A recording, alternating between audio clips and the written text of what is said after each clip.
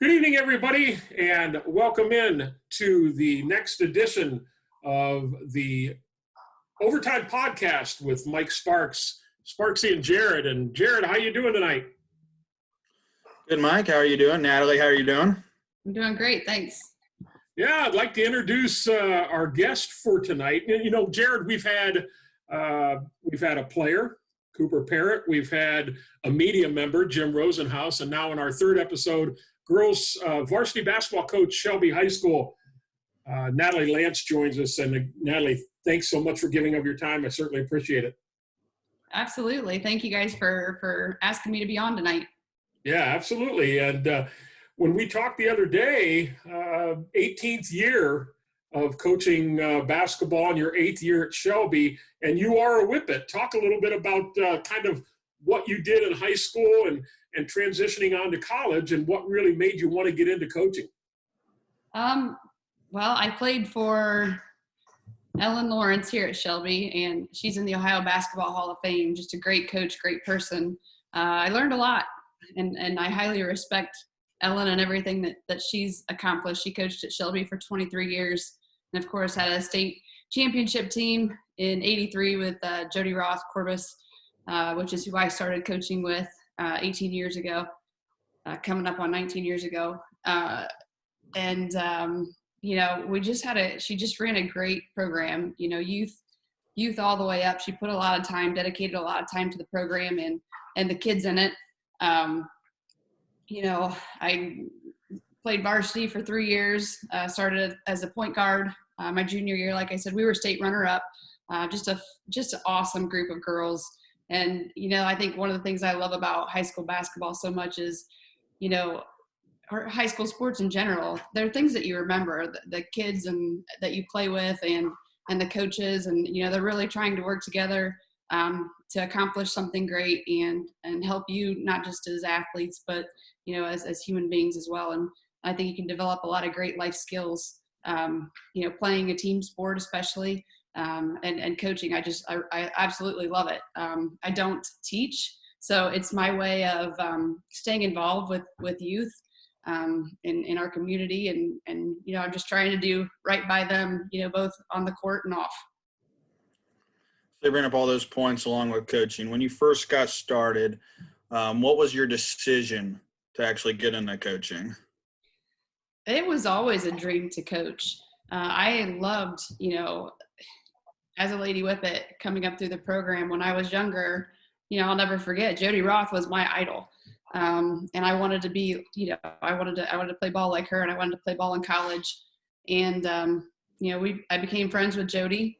And I think, you know, just through college, working different camps with different coaches, you know, all over. I worked down at OU, I worked at Grove City, came back and ran some of the Shelby camps. I worked with a world-renowned shot doctor as well. So I ran some camps, had the opportunity to work some camps with him, which was awesome. And, you know, I'm a student of the game. I'm still a student of the game. And I just really enjoyed it. And I love working with kids. And so this is my way of doing it. So when Jody called me and said, "Hey, will you take that freshman coaching position?" It was a no-brainer. Let's back up a little bit. And after you had a successful high school career, Coach, you went down to Athens, to Ohio University, and had a great opportunity to play down there, and had wonderful experience. We were talking a little bit in preparation for this. You played a number of years down there and actually were MAC champs. Talk about your total experience down in Athens at Ohio University. Well, first and foremost, you know, OU is a great school, and it's a beautiful campus. And, you know, one of the main reasons I chose down there, I felt like it was Shelby, you know, small town atmosphere with a big Division I college. I absolutely loved it. I would do it all over again. But yeah, down there we had just a great group. My class as freshmen, I think there were 7 of us. So which is huge at the college level to have that many freshmen in at one time. And just great leadership, you know, both from coaching staff and our experienced players. You know, I learned a lot from those girls, and I stay in touch with a lot of those girls today. You know, they were great teammates, and I think the difference, in high school versus college is high school, you have a lot of kids that want to play a team sport, want to play basketball. They like basketball, but very few want to play on at the next level. Whereas when you get to that collegiate level, it's competitive as all get out. Everybody's there for a reason. Especially at D1 level, everybody's there on a full ride, and you're working to not necessarily keep the full ride, but to make your mark on the program. And, sometimes it's being a practice player and working your tail off and making everybody better. And sometimes it's being that kid on the floor that's trying to help their team in any way they can and make defensive plays or get the rebounds needed or knock down the shots that are needed. So, I had just a great experience there. My sophomore year is when we kind of flipped our record a little bit. We were MAC champs. We had the first at-large bid to the NCAA tournament, which was the first in MAC history, which was pretty cool. Normally you had to win the MAC tournament in order to go on, and we were MAC champs, but we actually lost in the tournament. So that bid was pretty awesome. And we went out to Seattle and we played the Washington Huskies in the very first round and pretty much got annihilated. I think we were a little shell-shocked first half, and then we played even with them second half. And, we were playing in front of 8,000 Husky fans and about 40 OU fans. And most of them were the band and cheerleaders. So, but it was an awesome atmosphere. All the traveling that we got to do, we were in Hawaii. We played Ohio State. We played Michigan. We beat Michigan. We beat Kansas State. We went into overtime with Notre Dame the year that they were in the Final Four. So, just a lot of awesome memories. A good friend of mine that I played with, she redshirted from Ohio State, came back and played. Marlene Stallings is now the head coach at Texas Tech. And she's flipped every Division I program that she's gone to. So I'm super proud of her. And it's just fun seeing what a lot of our teammates have accomplished and what they've done in life, and just a great group of girls. So you're not a teacher. Do you find a balance between working and coaching? Is there any difficulties that go along with that? Time management. I have to stay on top of things, and my thing is I want to do right by my employees at work, my team there, and then I also want to do right by the girls, and recognizing what kids that I have in and what offensive defensive sets would work best. I put a lot of time, and my coaches put a lot of time in helping me, come up with the right practice plans and what we need to work on to be successful. So, I love a new challenge. So we went from having several years where we had a couple post players to nothing, all guards. So, it was a change of pace this past year. And I think that it took us a little bit to really click. And even at the end of the season, there were a couple games where we didn't click as much. Probably our last game, we just had a rough game. But, as the season went on and we started to beat, some pretty solid teams, I think the girls realized what their potential was. And boy, they tend, they would come in pretty strong, especially for those big games.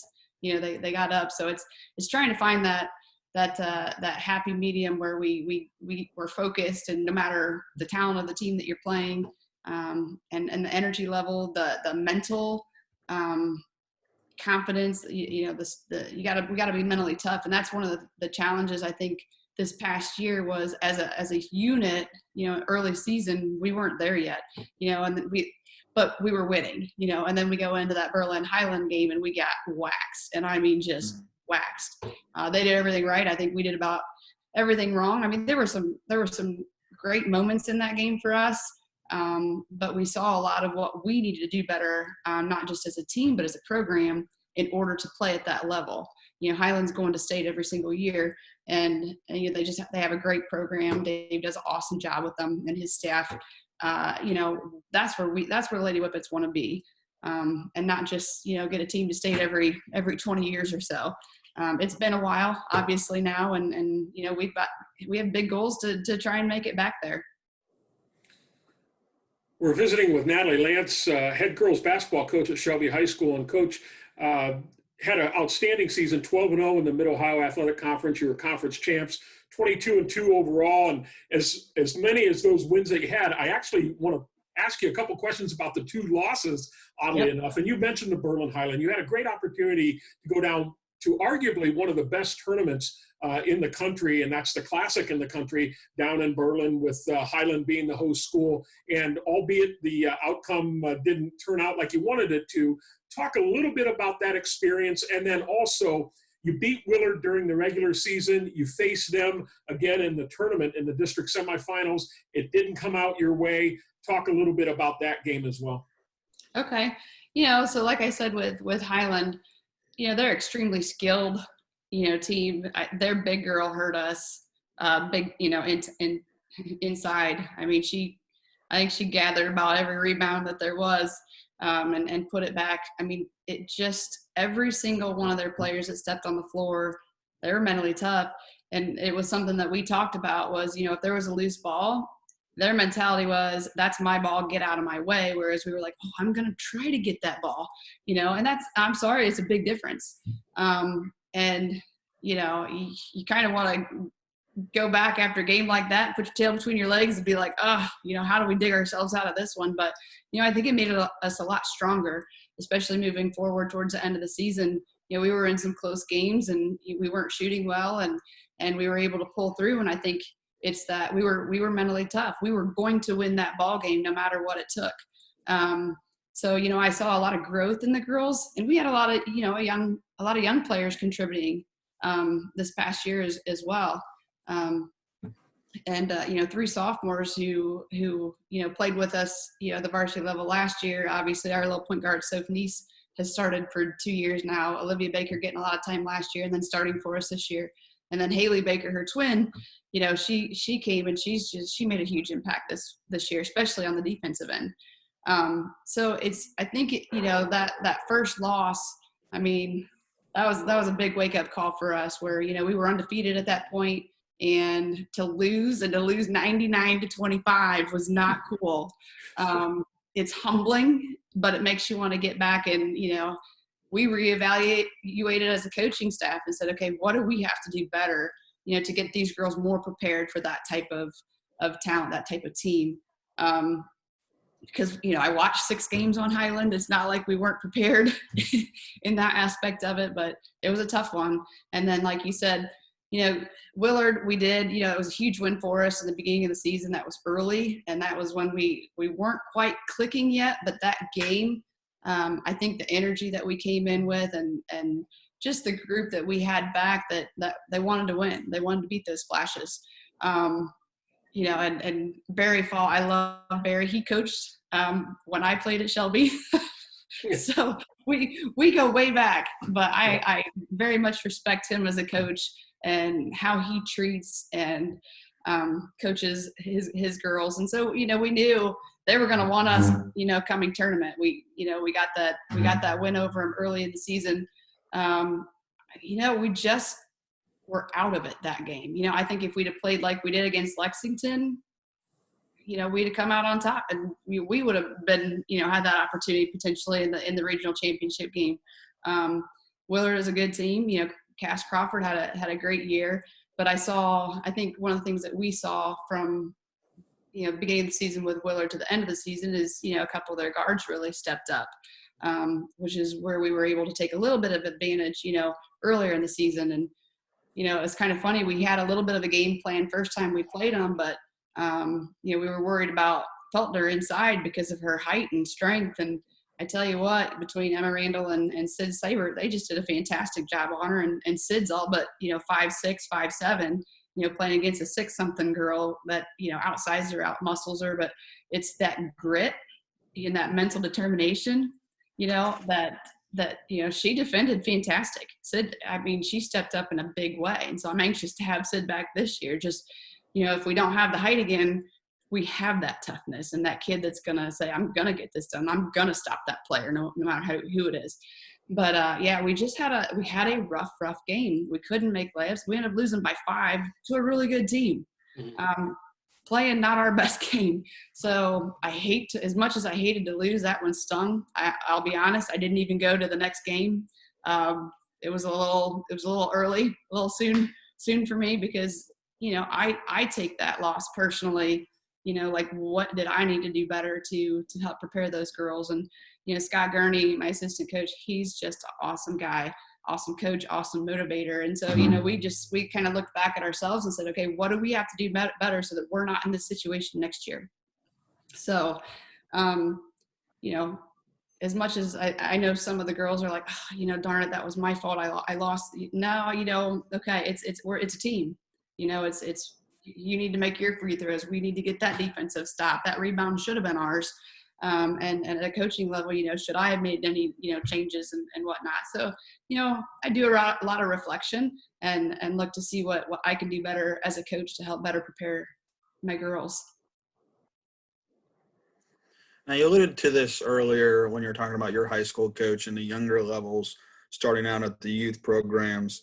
And how do you incorporate that into your programs? Obviously, Shelby this past year had 7th through 12th grades all win their league, and that's a huge accomplishment to have every single grade do that. So how do you reflect on that, and how do you get the younger grades prepared at the high school level as well?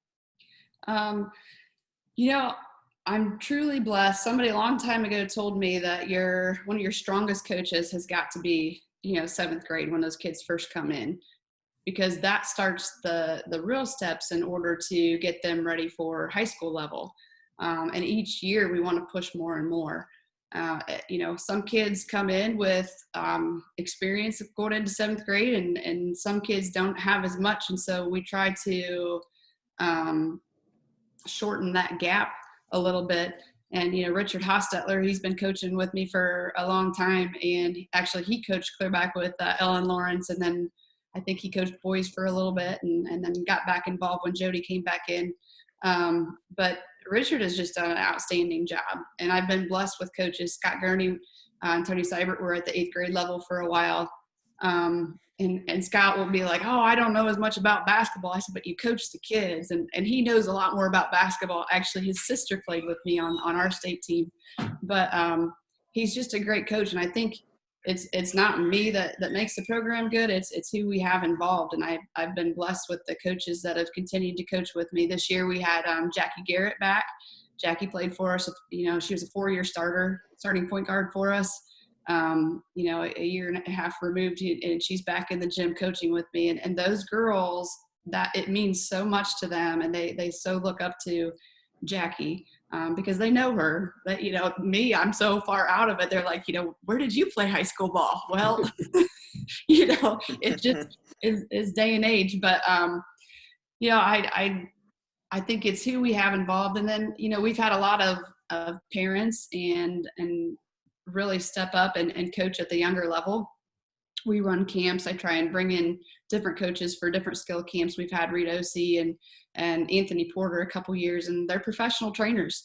And I think it's good for them to see somebody different that can take them, that show them some different things and maybe help teach it in a different way than I would. And they might be a completely different style coach as well. Like a lot of kids play AAU in the off season, but at those younger levels, it was always my goal to make it to at least one game a season.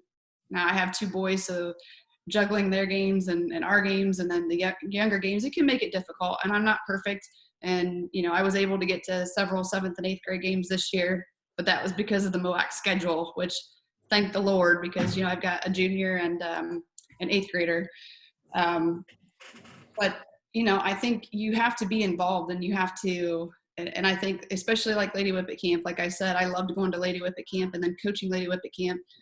Those young girls look up to the varsity players, the high school players. And so if you don't do a good job and you're not a good leader, and I think it's just something that our girls have really bought into, and they want to be a good representation of Shelby, of Lady Whippet basketball program, just of our school and our community. I've really not had many issues at all over the years, and having a kid that I don't feel like represented our program in a very positive way. If I did, then they probably weren't on the team, or, but these girls, they buy in, they work so well with the younger kids, and that's the story of it. Those younger kids then want to say, okay, when I get to high school, I want to be a Lady Whippet basketball player, and I want to do a good job too. And okay, she had this many rebounds. Well, I want to have more. So it's just that tradition, I think.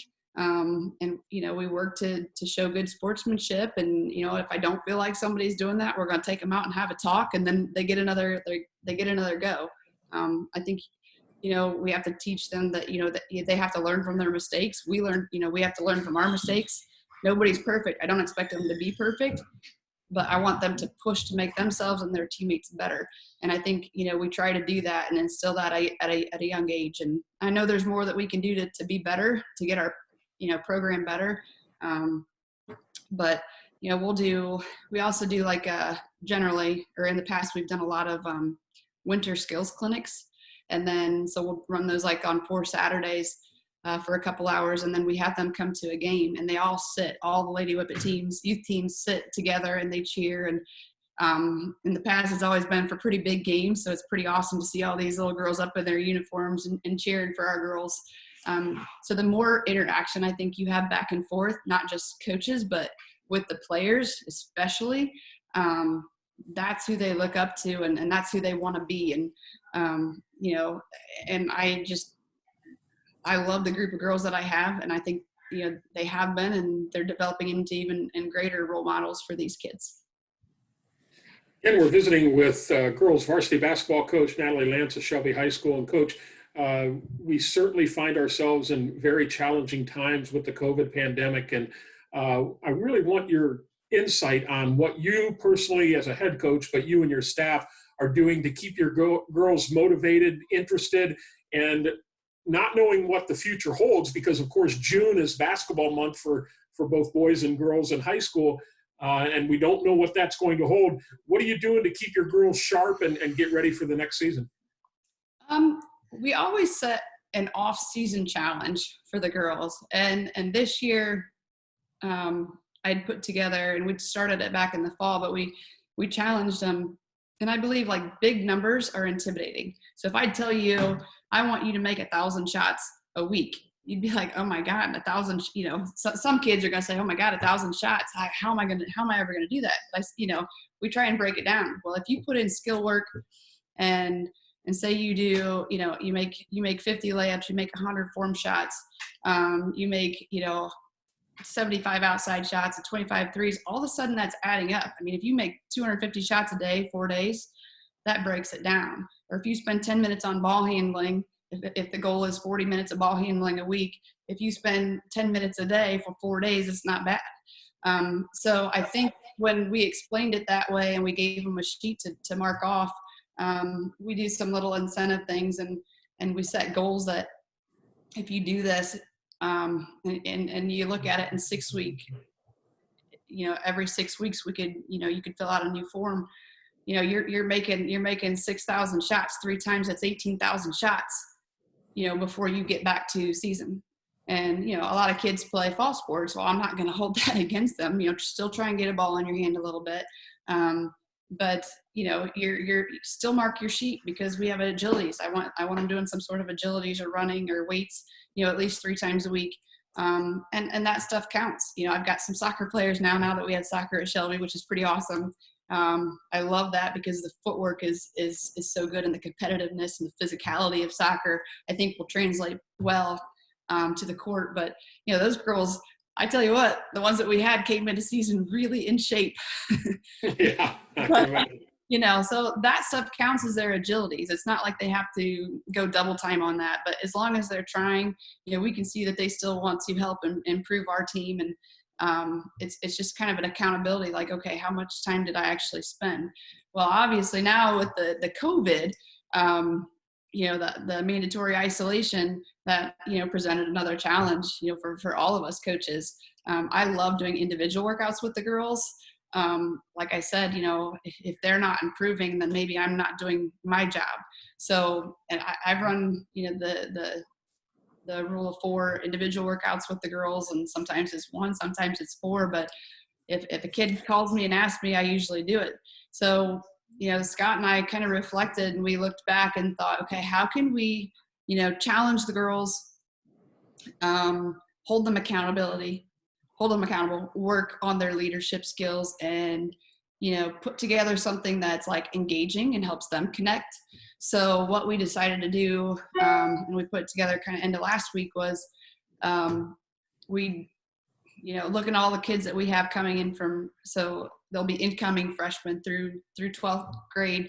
We have 28. So we put 7 teams together of 4, and we kind of put a challenge together of, okay, if and I videoed workouts of like what I wanted them to do for agilities and what we wanted them to do for the skill workouts as well. So ball handling, shooting. So all they have to do is kind of follow a little video. And I used, of course, my sons, so I didn't have to be in the video. But put those together so it can help them to really work on but each team has a team leader, a kid, more experienced at the varsity level that can help guide these younger kids. Like I said, if my older kids are good role models, those younger kids want to work hard to be accountable and to do right by those older girls as well.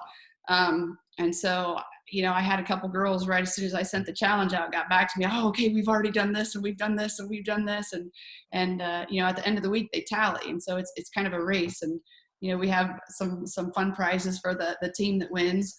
We have first place, second place, and third place. So after this 6-week challenge, we can kind of reevaluate and see where they're at. But part of it is skill work. Part of it is agilities and strength and like core workout.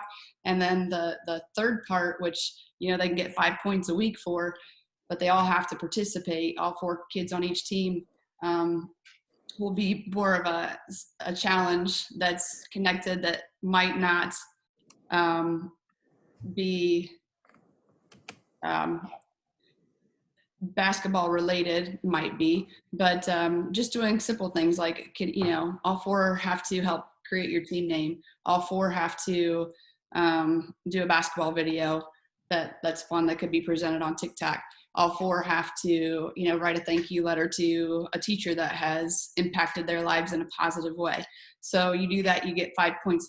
But so we're trying to do things that really connect the girls and engage them. And we want it to be fun too. And not just, okay, I have to go out and I have to do this, and you got to want to do this and you have to want to get better. So I'm excited to see how this takes off. So this is week 1. So we'll see at the end of, Sunday night, who turns what in and where teams are. And then we'll show them a tally sheet. All the girls will get to see a tally sheet on Mondays so that they know, okay, my team's in first place. Oh, my team's in 6th place. We need to do some work.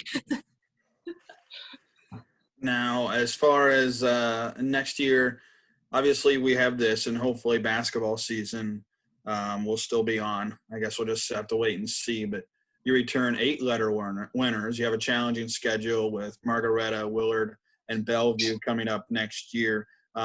Anything that you would do differently from this year, and what the outlook is as far as players? As far as players go, I'm real excited with who we have coming back. And I think a lot of girls got a lot of experience last year, whether they were starters or came off the bench for us. And so each year you look forward to seeing, and as a coach, when a kid walks on the court, if they've done stuff in the off season or if they haven't. And you don't just give them one day to look at that, but sometimes it's 2. Sometimes they come in that first day and they're a little out of it or a little nervous and just, season's just starting up again. I think we just have to keep doing what we can do in this current situation. When I'm allowed, or when we're allowed to connect again with the girls, that'll be the next part of the game plan. I have my June planned out, but 2 things have already been canceled. So, I've heard rumors that there could be a July unlimited contact, but, then you're fighting with fall sports and stuff as well. It's going to be very challenging, but what we need to focus on is to make the best of the time that we have with the girls. We need to make it fun and engaging and work hard and, set some serious goals for next season, and how are we going to accomplish those. And, we do that both as a staff and then we, have to get the girls to connect and do the same thing as a unit. So I think the best thing to do is right now is we just have to roll with the times and make sure that we're as prepared and we prepare our girls the best that we can, with things that they can do to work on. If a girl contacts me right now and says, hey, I need help with something, then I'll make a video and send it to her and say, okay, this is what I want you to, this is what you're doing. This is how I want you to do it, to help you be more successful. So I think there's just little things that we can do to help. And we're working on some different things that, when we talked about that mental toughness earlier, that we can do to hopefully bring that, into play more next season. Well, Coach, I could go on and talk another half an hour, but unfortunately our time has come to an end, and I want to thank you certainly for the insight that you shared with us. It was really riveting. I really enjoyed hearing what you're doing. You had a great year. You bring some nice girls back. As Jared mentioned, you have a challenging schedule next year. Hopefully we have a complete season. We can get it all done, and really enjoy the good things that are going on at Shelby High School with the girls basketball program. I know you're very proud of them and the girls in the community as well. Jared, do you have any parting words that you want to share? Thank you, Natalie, for joining us. And, every answer you gave was thorough, and it was a great interview. And I guess we'd love to have you back sometime as well. So hopefully you'll be able to join us again. Sure, would love to. I appreciate you guys asking me to be on tonight and talking with you. It's like I said, I'm a student of the game, and I it's fun to engage with people. Yeah. Especially during this time frame.